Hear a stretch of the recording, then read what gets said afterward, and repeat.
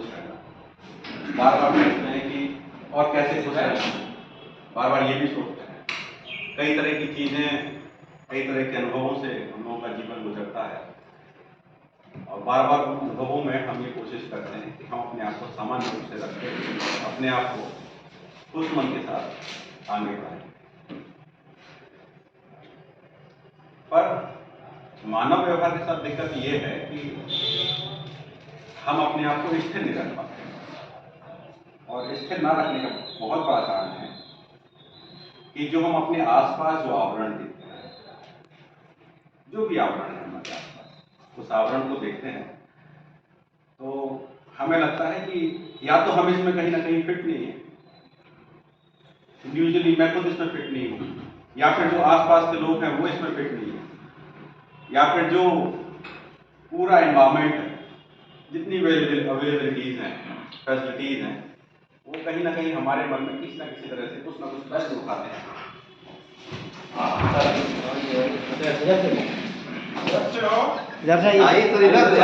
यहीं पर मिलेंगे सर।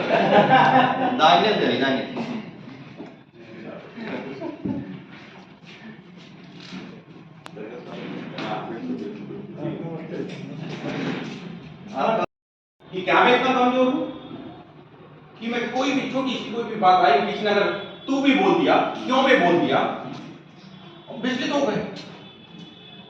हिम्मत कैसे हुई इसकी बोलने की, इसने मुझसे इस तरह से बोल दिया। तो बेसिकली ये हमारे मन का भाव है कि हम उसको नियंत्रित कर पा रहे कि नहीं कर पा रहे, और हम ये बोल रहे हैं कि दूसरा व्यक्ति हमारे लिए प्रभावित कर रहा है।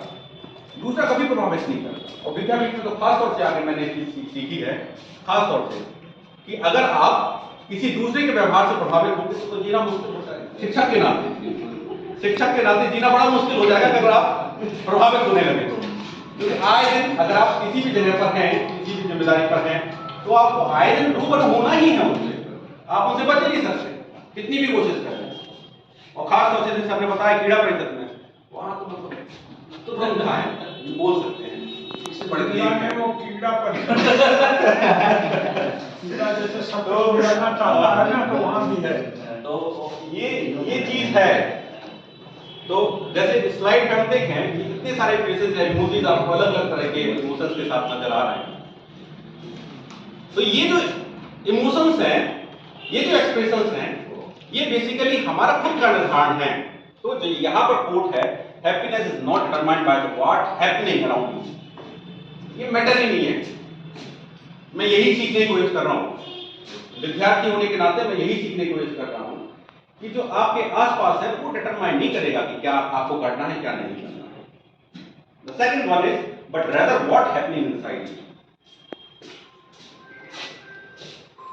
जैसे मान लीजिए कोई व्यक्ति आपके पास आया, आपके पास आके चिल्ला के बातचीत करना शुरू करता है और आप बड़े प्यार से बोलते हैं और बताइए क्या बात है, तो उसके भाव में परिवर्तन आएगा। क्या दिक्कत है, क्या ऐसी बात है, क्या कुछ और बोलना चाहते हैं। जैसे हम लोग काउंसलिंग में यूज करते हैं कैथार्सिस। कैथार्सिस एक ऐसा तरीका है स्किल्स में कि व्यक्ति के अंदर जो भाव छुपे होते हैं वो निकालने का प्रयास करता है। कैथार्सिस जितना ज्यादा कैथार्सिस करेगा उतना ज्यादा वो अपने आप को रिलीफ महसूस करेगा। तो वो कैथार्सिस होना बहुत जरूरी है। तो कोई व्यक्ति अगर एग्रेशन के साथ में आपके पास सामने आ रहा है, उसको बोल लेने दीजिए, अपने भाव निकाल लेने दीजिए और बस उससे इतना ही पूछिए और कोई बात रहेगी बोलने के लिए। भाव में परिवर्तन आएगा। इसको प्रयास करके देखिए, इसको अपने जीवन में अप्लाई करके देखिए। आप जब उससे इतना सा बोलेंगे कि कुछ और बात है जो आप कहना चाहते हैं, कोई और भाव है जो आप प्रदर्शित करना चाहते हैं, थोड़ा सा कठिन है, एक बार में नहीं होगा कि एक बार बात हुई मैंने ये सोचा, आज बात हुई मैंने बोला तो इसको मैंने मानना शुरू कर दिया। ये उस तरह से एक दिन की बात नहीं है, एक पल की बात नहीं है। इसको आपको दिन प्रतिदिन हर एक स्तर पर आपको अपने जीवन में इसको अभ्यास करना है, तब ये चीज संभव है, एक दिन की बात से नहीं। तो हमें ये प्रयास करना है।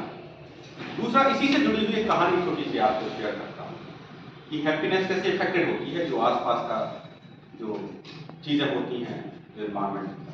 तो एक बार एक राजा अपने मंत्री के साथ में भ्रमण पर निकलता है, अपने राज्य के, परेशान होता है, दुखी होता है। तो बोलता है आज मन अच्छा नहीं, तो अपने मंत्री के साथ वो भ्रमण पर निकलता है। तो उसको अपने जो राज्य है उसके किनारे में कहीं एक गाँव में उसमें किसान बड़ा खुश नजर आता है, खेती बाड़ी करता है, पसीना बहाता है और बड़ा खुश नजर आता है। उसका परिवार भी बड़ा खुश है, सब लोग बड़े एंजॉय के साथ मेहनत कर रहे हैं, पसीना बह रहा है, गंदे कपड़े पहने हैं पर फिर भी चेहरे पर मुस्कान। तो राजा बोलता है कि यार ये क्या बात हुई, मेरे पास सब कुछ है उसके बाद भी मैं परेशान हूँ। वो ये देखो गरीब सा किसान जिसके पास ढंग के कपड़े भी नहीं है, गंदा संदा मैला सा है, उसके बाद भी बड़ा खुश नजर आ रहा है, पूरा परिवार खुश नजर आ रहा है। तो वो जो मंत्री है वो बोला कि इसका अभी निर्धारण मैं कर देता हूं, बस एक दिन का मुझे समय दीजिए, एक रात का समय मुझे दीजिए। तो मंत्री बोलता है कि कल आप आगे से मिलेंगे तो आपको ऐसा नजर नहीं आएगा। तो मंत्री क्या करता है कि पोटली लेता है, उसमें 99 सोने की मोहरें जो हैं वो रख के उसके दरवाजे पर रखाता है और नॉक करता है दरवाजे। अब वो किसान बाहर निकलता है, कोई बाहर नहीं, पर उसको पोटली नजर आती है। वो पोटली उठाता है, उसको गिनता है, उसको 99 मोहरों से मिलती है। थोड़ी खुशी तो होती है, पर उससे ज्यादा तकलीफ क्या होती है, एक कहां चली गई, ये एक गई कहां। अब उस एक के लिए पूरे अपने खेत में घूम रहा है, ये वो एक मोहर कहां चली गई, होनी तो 100 चाहिए थी।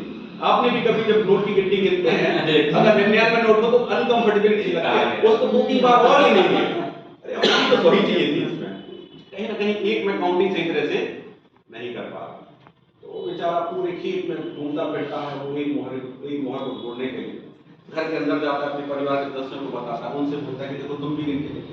पूरा परिवार बैठ के बार बार उनको गिनता है, पूरी रात भर गिनता है, और वो निकल ही 99 क्योंकि 99 है ही। तो वो 99 की खुशी नहीं हो रही है, एक जो नहीं है उसमें उसका दुख ज्यादा हो रहा है। तो उसी तरह से परेशान अवस्था में वो घूमता रहता है, ढूंढता रहता है, पूरा परिवार ढूंढता रहता है। फिर से वो मंत्री राजा को लेके आता है, वहां से फिर निकलता है, उस किसान को पूरे परिवार को परेशान देखता है। तो अब क्या हुआ, अब इसको क्या हुआ, अब ये इतना परेशान क्यों है। तो मंत्री बताता है 99 क्लब में शामिल हो गया। चक्कर ही है। तो दिक्कत ये है कि हम लोग क्या है, हम लोग उस 99 क्लब में फंसे हुए हैं। अगर आप उस 99 को भी 100 मान लीजिए तो आपको संतुष्टि का अनुभव होगा, आपको एक में भी संतुष्टि का अनुभव होगा, और संतुष्टि नहीं होगी तो 99 भी नहीं होगा, और नहीं होनी होगी तो 100 में भी नहीं होगा। ये बात आप मान के रख लीजिए, आप कुछ भी पा लीजिए आपको संतुष्टि नहीं होगी जब तक आप खुद स्वीकार नहीं करते। तो मेरा मूलभूत कहने का बात यह है कि जो स्वीकार्यता है, जो भाव है, जो निर्णय है, वो परिस्थिति को, वस्तु को, व्यक्ति को नहीं करनी है, उसका निर्णय मुझे स्वयं को करना है। तो हम सभी प्रयास करें कि हम स्वयं से उसका निर्णय करें कि जो कुछ है वो सकारात्मक है, और प्रयास करते रहना है कि हम और आगे बढ़े, और उस 99 में नहीं फंसना है। ये हम लोग आज प्रण करें। तो उसके लिए कुछ बेसिक चीजें हैं जो हम लोग कर सकते हैं, जिसके बारे में विशेषज्ञ हैं वो चर्चा करेंगे, बट इन शॉर्ट में कुछ 2-4 बातें और मैं बोलना चाहूंगा, ज्यादा समय ना लेते हुए। कि सबसे पहली चीज है कि हमें खुद अपने साथ अच्छा रहना है। अगर मैं व्यक्तिगत तौर पर अपने आप को अच्छा नहीं मानता हूं तो मैं ये उम्मीद नहीं कर सकता कि कोई सामने वाला व्यक्ति मुझे भी अच्छा मानेगा। जैसे मैं बोलता हूं कि मैं बहुत कमजोर हूं, मुझे कुछ नहीं आता है, मैं बेकार हूं, जो हम लोग करते फिरते हैं, दुनिया के सामने जाते हैं, रोते फिरते हैं कि मुझे कुछ नहीं आता है, अगर मैं कुछ नहीं कर पाऊंगा, मैं ये नहीं पा पाऊंगा, मैं इस जगह तक नहीं पहुंच पाऊंगा।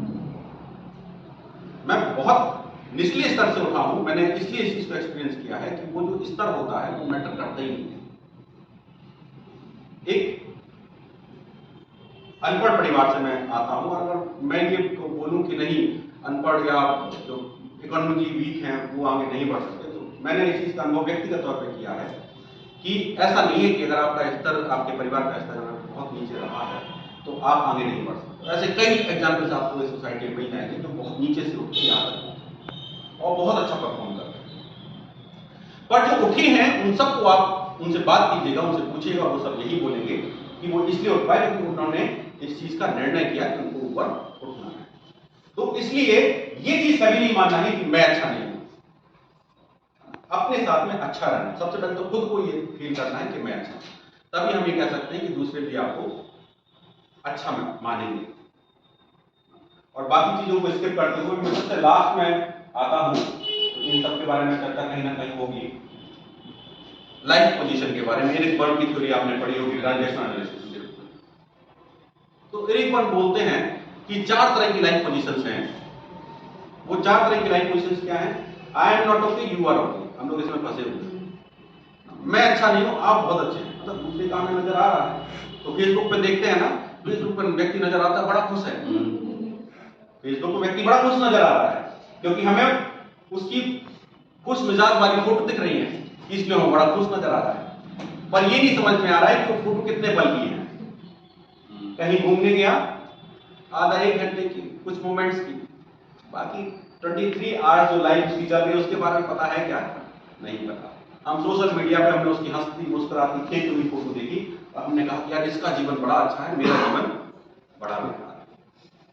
तो I am not okay, you are okay, ये पहली दिक्कत है जो हमें आगे नहीं बढ़ेगी।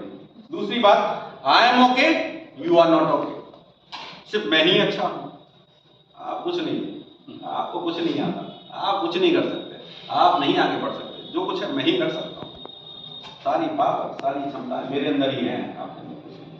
सो I am okay, you are not okay. The third one is, ये और भी खतरनाक है, मैं भी गया था, तू भी गया था, I am not okay, you are not okay, मुझे भी कुछ नहीं आता और तुझे भी कुछ नहीं आता। तो अपने आप को तो कमतर आंक ही रहे हैं, अपने आप को तो निचले स्तर पे आंक ही रहे हैं, सामने वाले को भी इतना निचला आंक दिया कि उसको भी हम कुछ समझ ही नहीं रहे। तो I am not okay, you are okay. The best position is I am okay, you are. मैं भी अच्छा हूं, आप भी अच्छे, मैं भी जानता हूं, आप भी जानते हैं, मैं भी कर सकता हूं, आप भी कर सकते हैं, मैं चल सकता हूं, आप भी चल सकते हैं।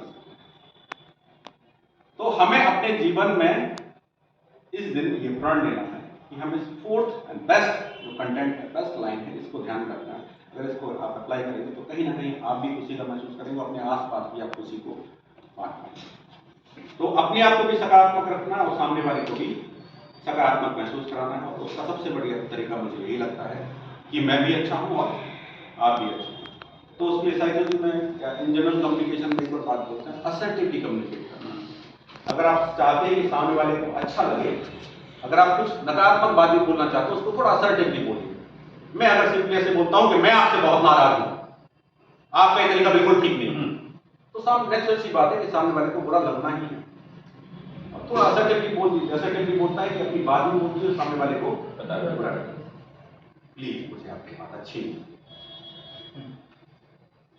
कृपया ऐसे मत।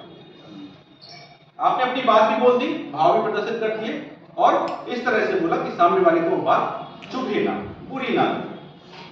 तो ये भी प्रयास कीजिए कि आप असर्टिव रहिए। तो असर्टिव रहेंगे तो आपके रिलेशनशिप अच्छे रहेंगे, रिलेशनशिप अच्छे रहेंगे तो आप कंपैरेटिवली अपने आप को हेल्दी, मेंटली कम से कम अपने आप को हेल्दी फील करेंगे। और जब मेंटली हेल्दी रहेंगे तो ऑल ओवर वेलबींग का कहीं ना कहीं डेवलपमेंट होगा। एट लास्ट ये लिंक है, इस लिंक को आप लिख लीजिए, क्योंकि ये थोड़ा सा प्रोसेस लंबा है एक्टिविटी कराने के लिए, लगभग आधे से 5 घंटे का समय लगता है। इस लिंक को आप लिख लीजिए, survey.happycount.org/happiness-index। इसको आप फोटो ले लीजिए, शेयर कर दीजिएगा। ये ऑनलाइन सर्वे है, आपको खुद ये एक्सपीरियंस होगा। कई डायमेंशंस के बारे में इसमें दिया गया है, उन डायमेंशंस को आप देखिएगा कि किन डायमेंशंस पे आप किस लेवल पर हैं और आप खुद ये समझ पाएंगे। सो यहीं पर मैं अपनी वाणी को विराम देता हूँ। और अगर किसी भी तरह की कोई चर्चा, वार्तालाप या आपके विचार हैं मेरे वक्तव्य पर, तो आप हमारे साथ शेयर कर सकते हैं। बाद में जैसी भी भावना होगी। बाकी सर बहुत बहुत धन्यवाद। आपने